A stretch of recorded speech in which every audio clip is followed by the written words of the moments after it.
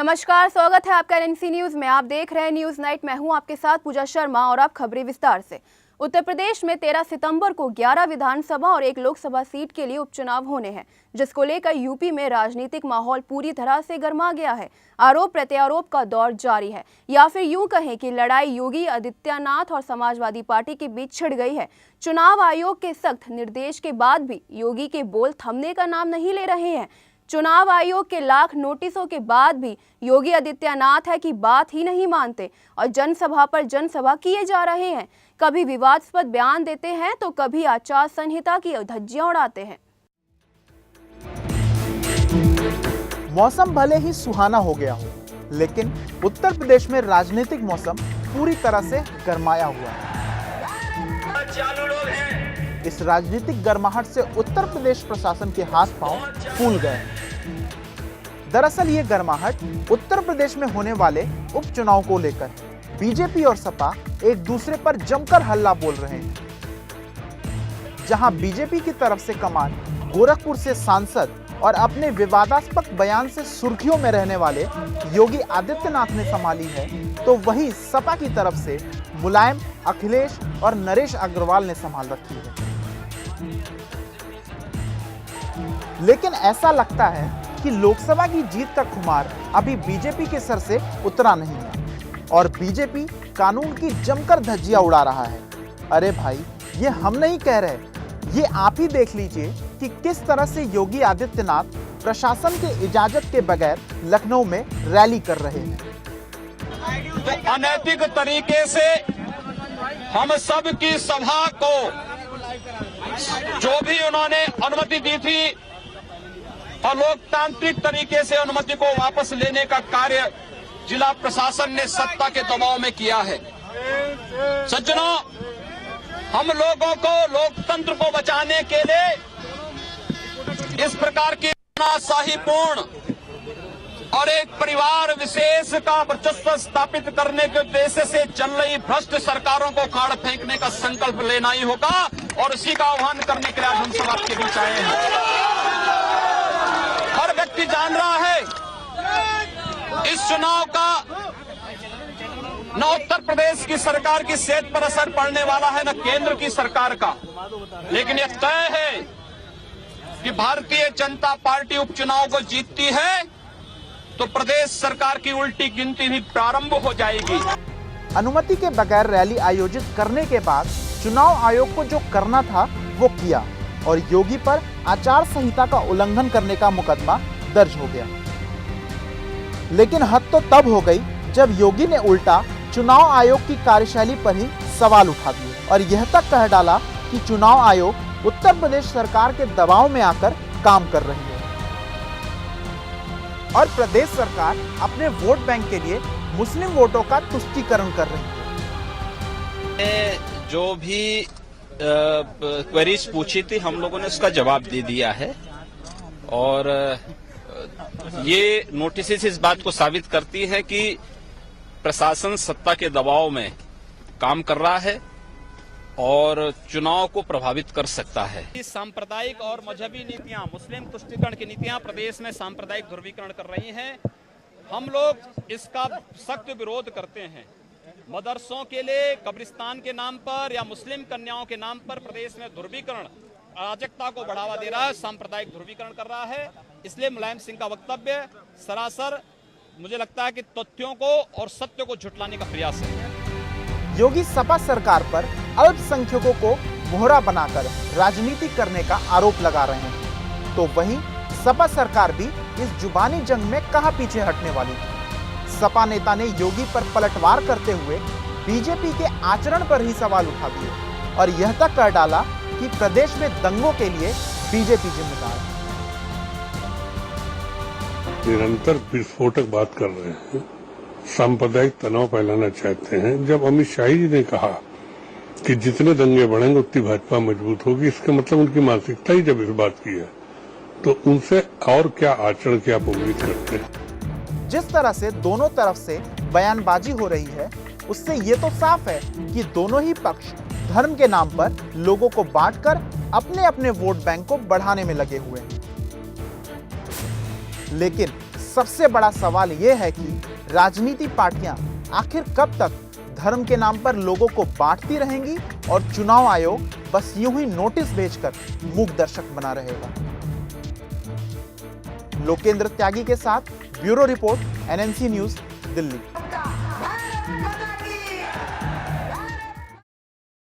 जम्मू कश्मीर में बाढ़ से बुरी तरह प्रभावित इलाकों से सेना, NDRF सहित तमाम बचाव दस्तों ने इन इलाकों से करीब 1 लाख लोगों को सुरक्षित निकाल लिया है। इसमें सबसे ज्यादा राहत की बात यह है कि श्रीनगर और जम्मू में बाढ़ का पानी घटने लगा है, जिससे किसी भी तरह के राहत कार्य में अड़चन नहीं आ रही है। तो वहीं 60 से ज्यादा हेलीकॉप्टर बाढ़ में फंसे लोगों को निकालने और राहत पहुंचाने में जुटे हुए हैं। गौरतलब है कि इस बाढ़ के मुद्दे पर दिल्ली में क्राइसिस मैनेजमेंट कमेटी की एक बैठक कैबिनेट सेक्रेटरी की अगुवाई में होगी।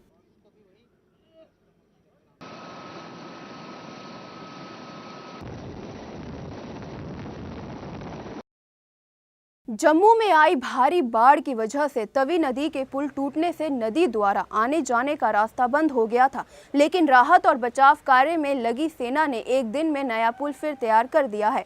हालांकि ये पुल अभी पक्का नहीं है, लेकिन इसमें एक बार में एक गाड़ी जाने की संभावना है।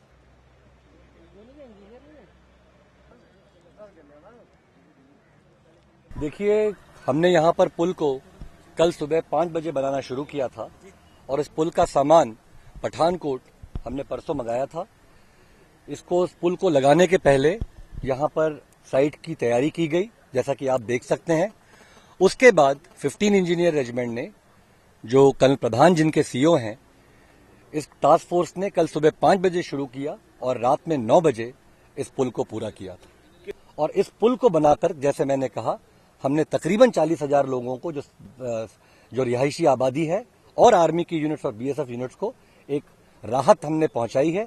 और इसीलिए आप देख सकते हैं कि इस पुल को हम राहत सेतु कह रहे हैं, जिसके बनने से न केवल राहत सामग्री उस तरफ जा रही है, बल्कि लोगों ने दिलों में राहत की सांस भी आई। भारत रत्न से सम्मानित उस्ताद बिस्मिल्लाह खां की ऐतिहासिक शहनाई चोरी होने से बवाल खड़ा हो गया है।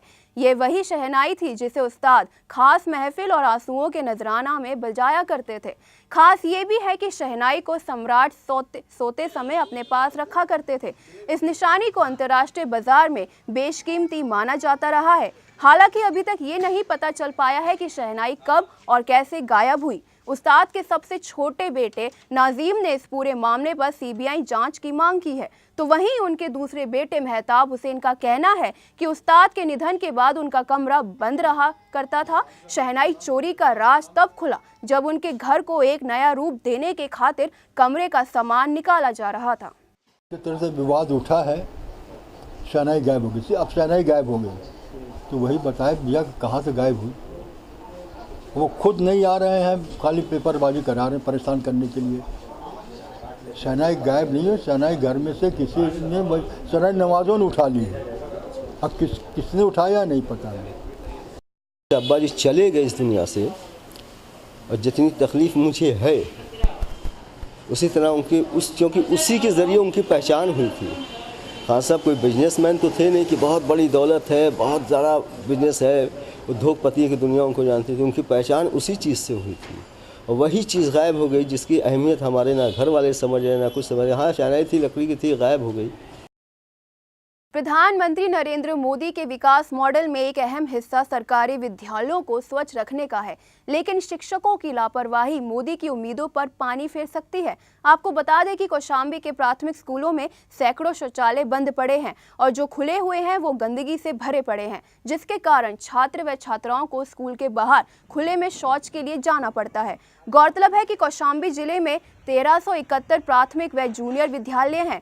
सभी विद्यालयों में छात्र व छात्राओं के लिए अलग अलग शौचालय बनाए गए हैं। साथ ही इन शौचालयों के रख रखाव के लिए सरकार की तरफ से 5,000 रुपये सालाना दिए जाते हैं, लेकिन इस पैसे को स्कूल के टीचर और अधिकारी अपनी जेब भरने में लगे हैं। वहीं मामले की जानकारी होने के बाद जिलाधिकारी कार्रवाई करने की बात कर रही है। नाम एक महिला हमारे गांव की है, सफाई का काम करती है, उससे बुला करके 100-200 रुपए में सफाई करवाई जाती है। ठीक है, और सफाई करवाने की पूरी कोशिश की जाती है। सफाई कर्मी आता है तो झाड़ू लगाता है और लैट्रिन साफ करने के लिए तैयार नहीं होता है।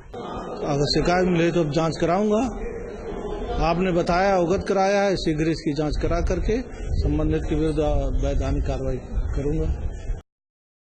आगरा के जगदीशपुरा के नगलाबेर इलाके में रिटायर्ड फायरकर्मी की हत्या का सनसनीखेज मामला सामने आया है। मृतक का नाम गुलाब मोहम्मद बताया जा रहा है, जिसकी हत्या उसके ही घर में बड़ी निर्मम तरीके से गला दबाकर कर दी गई। इस घटना से मृतक का परिवार सख्ते में। वहीं मृतक के बेटे ने अपनी ही बड़ी बहन पर पैसों के खातिर हत्या का आरोप लगाया है। मृतक के पुत्र के मुताबिक पिता की दूसरी पत्नी की बड़ी बेटी उनसे बार बार पैसे की मांग किया करती थी।